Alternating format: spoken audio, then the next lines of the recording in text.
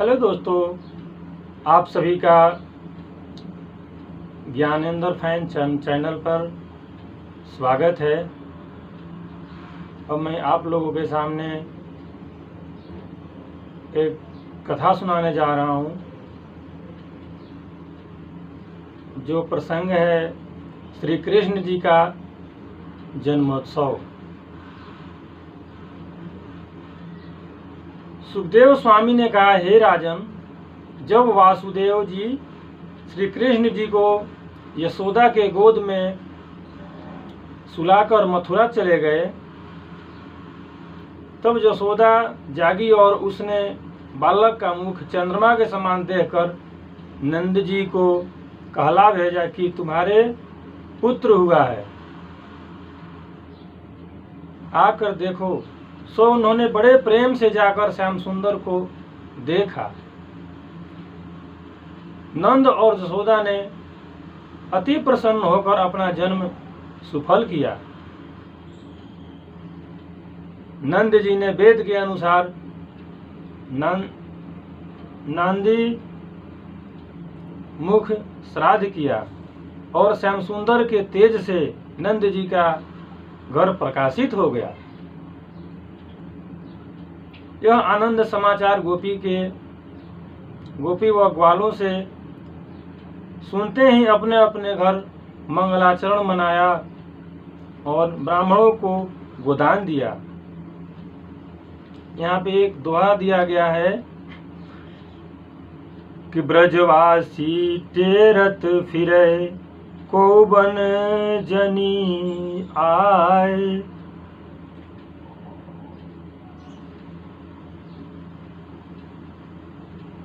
नंदराय घर सुत भयो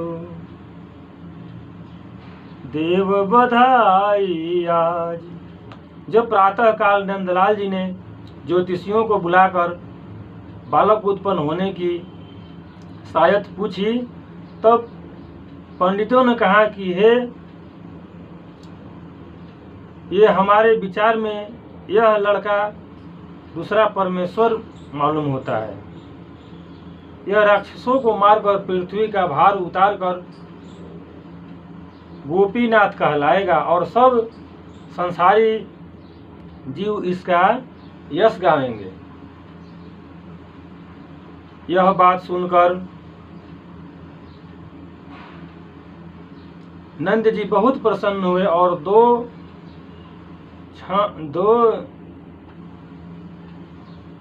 लक्ष गौ, मणि व रत्न मिलाकर 7 भार तेल, चांदी व सोने का घड़ा, दही व दूध दही से भरवाकर ब्राह्मणों को दान दिया। इसके सिवा बहुत सा द्रव्य ज्योतिषी पांडवों को दिया और सब याचकों को अयाचक कर दिया। उस समय नंद जी ने अति प्रसन्नता से अपने द्वारे जड़ाऊ चौकी पर बैठकर मंगलामुखियों का नाच व गान कराया और उन लोगों को मुंहमांगी वस्तु देकर आदर पूर्वक विदा किया। अब यहाँ पे दोहा दिया गया है, काहू हीरा लाल मणि, काहू मुथिन माल, काहू भूषण बसन दे, कीने सभी निहाल। फिर सब गोपी व ग्वालों ने अच्छा अच्छा गहना व कपड़े पहने लिए और मेवा आदि थाल में लेकर गाने बजाते डंडी, दही व हल्दी मिलाकर लुटाते हुए नंद जी के यहाँ बधावा लाए। फिर एक छोटा सा दोहा है, चोली उदिकोच की, लहंगा कुसुमी रंग, सारी गोटेदार की, शोभिन सुंदर अंग। कंचन थार सवार के, तामे दीपक वारी। माखन प्रभु की आरती, ले आई ब्रज नारी। देहि बधाई नंद को, पड़े यशोदा पाँव।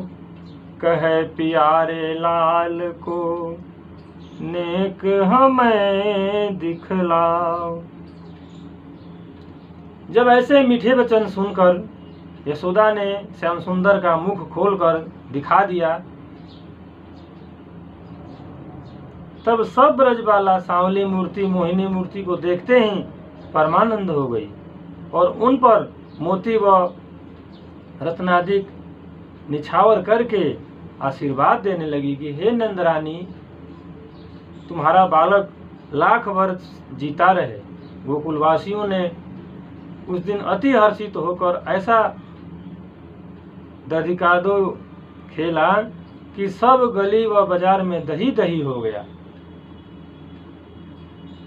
प्रेम से बोलिए वृंदावन बिहारी लाल की जय।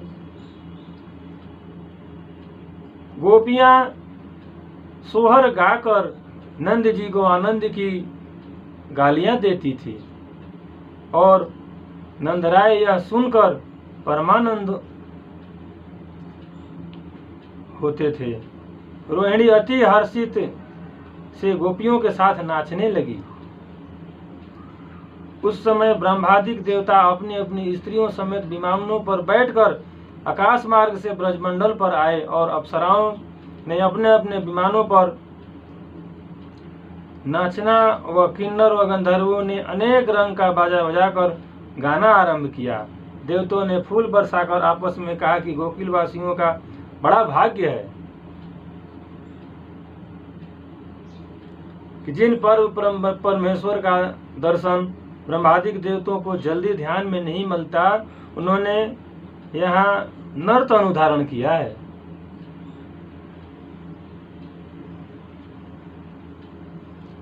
यहाँ पे एक छोटा सा दोहा है। भरे परमानंद सुर, उपजावत अनुराग। बार बार वर्णन करे, नंद यशोमती। नंद यशोमति भाग, गोकुल को आनंद अति। कापै वर्णिन जाय, जहाँ परम आनंदमय। लियो जन्म हरि आए। ब्रज को सुख को कही सके, उपमा बड़ी अपार।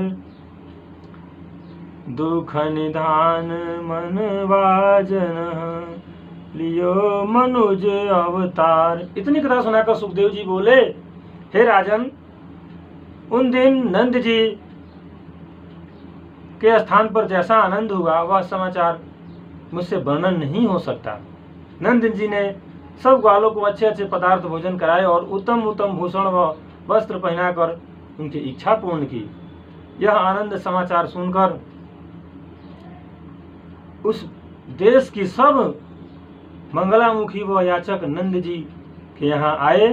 सो उन्होंने सबको मुहमांगी वस्तु देकर आनंद पूर्वक विदा किया।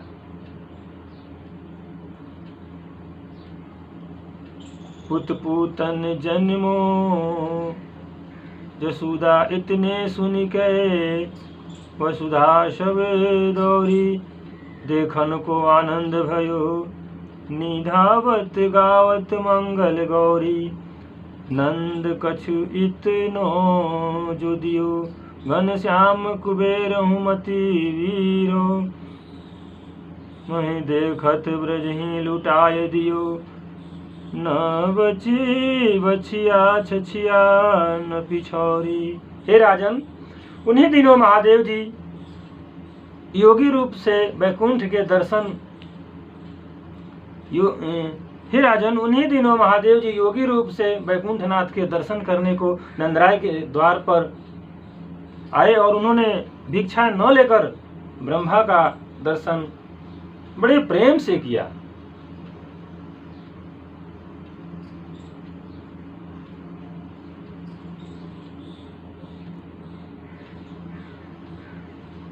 पर ब्रह्म का दर्शन बड़े प्रेम से किया। उस समय ब्रजवासियों ने नंद जी से कहा, हे हो ब्रजराज को विषधारी, आज इस पुत्र को जन्म सुनी आयो। तेरे भोन है मोती रुक्मिणी न कंचन रतन, लेत यह गम भूमि ग्राम लेत हम सोन है। नगर अहोटे सो छुआव नाचे योगी, तेनी आँख को यहाँ से आयो कौन है। सो हे राजन, जब छठी का दिन आया तब नंद जी ने अपना आंगन चंदन व केसरी से लिपवाकर मोतियों का चौक पुरवाया और पुरोहित को बुलाकर अपने कुल के अनुसार पूजा की। यशोदा जी श्याम सुंदर को पीला कुर्ता व टोपी व उत्तम भूषण पहनाकर पूजन करने के लिए गोद में लेकर बैठी। उस दिन वृषभानु आदि गोप व गोपियां कुर्ता टोपी आदि अनेक प्रकार के भूषण नंद जी के घर देने के लिए आए और सबों ने बड़े हर्ष से ढोलकी बजाकर अच्छे अच्छे गीत गाए। नंद जी ने गोप व गोपियों का यथा योग्य सम्मान किया। एक रत्न जड़ित पालना अति उत्तम श्याम सुंदर के झूलने के वास्ते बनवाया। उसी में वैकुंठनाथ को सुलाकर यशोदा जी बड़े प्रेम से झुलाया करती थी। भगवान को यशोदा जी ने प्रेम से झूला झुलाती रहती थी। यशोदा हरि पालनी झुलावे। लक्ष्मीपति की कृपा से सब गोकुलवासियों के घर इतना द्रव्य हो गया जिसकी संख्या कोई नहीं कर सकता। सो वे लोग आनंद में से रहकर श्याम सुंदर का दर्शन करके अपना अपना जन्म सफल करते थे। जब नंद जी ने यह सुना कि राजा कंस ने बालकों को मारने के लिए आज्ञा दी, तब उन्होंने ग्वालों से सब वृतांत सुनाकर कहा कि पुत्र होने की कुछ भेंट लेकर राजा कंस को चल कर दें आवे, जिसमें किसी बात का डर न रहे। यह सम्मति आपस में करके नंद जी माखन, दूध, घी और द्रव्य गाड़ियों से लदवाकर ग्वालों समेत मथुरा में ले गए और राजा कंस को भेंट देकर अपने घर पुत्र होने का हाल कहा। राजा ने नंद जी को सिरों पांव देकर विदा किया। जब नंद जी वहां से विदा होकर अपने घर चले तब वासुदेव जी उनके आने का हाल सुनकर मिलने के लिए जमुना के किनारे आए और उनका कुशल मंगल पूछ कर कहा, सुधिलाए जब मित्र को तब मन आवे चैन, ना मुख की उपमा नहीं या सुख की उपमा नहीं, जो मुख देखे नैन। हे नंद जी, तुम्हारे समान अपना कोई मित्र हम नहीं देखते। राजा कंस के दुख देने से मैंने अपनी गर्भवती स्त्री तुम्हारे यहाँ भेज दी और उसके वहाँ पुत्र उत्पन्न हुआ। उसका पालन तुमने हमसे अधिक किया। मैं राजा कंस के डर से कुछ सुधि नहीं ले सका।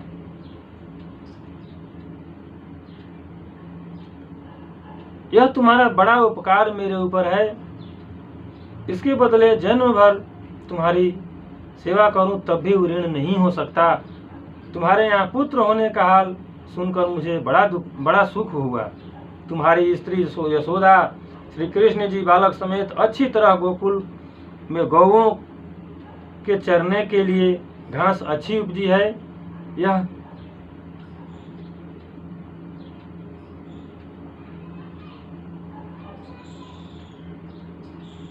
यह प्रीति भरी बात सुनकर नंद जी बोले कि तुम्हारी कृपा से बलराम आदि सब आनंद से हैं।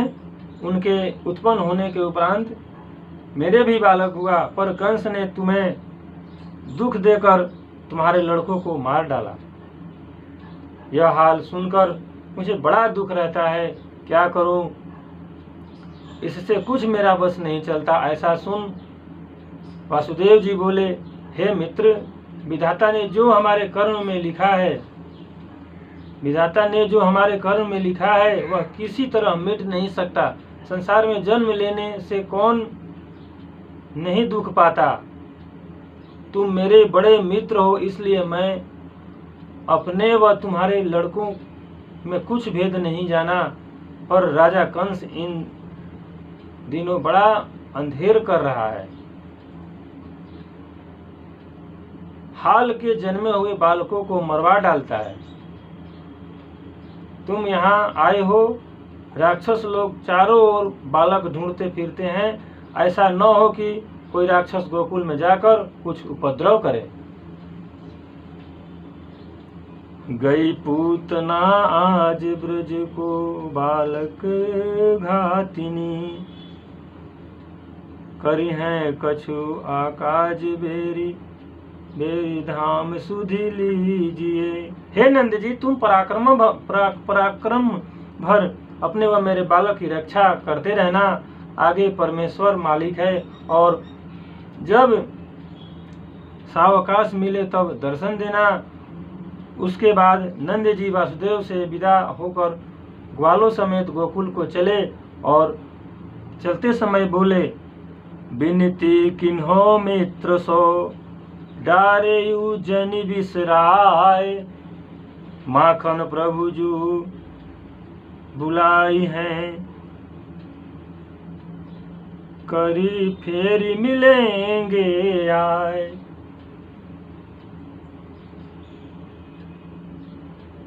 बस कृष्ण जन्मोत्सव का जो ये कथा था ये समाप्त हुआ। सुखसागर के 10वां स्कंद से 7वां अध्याय में है।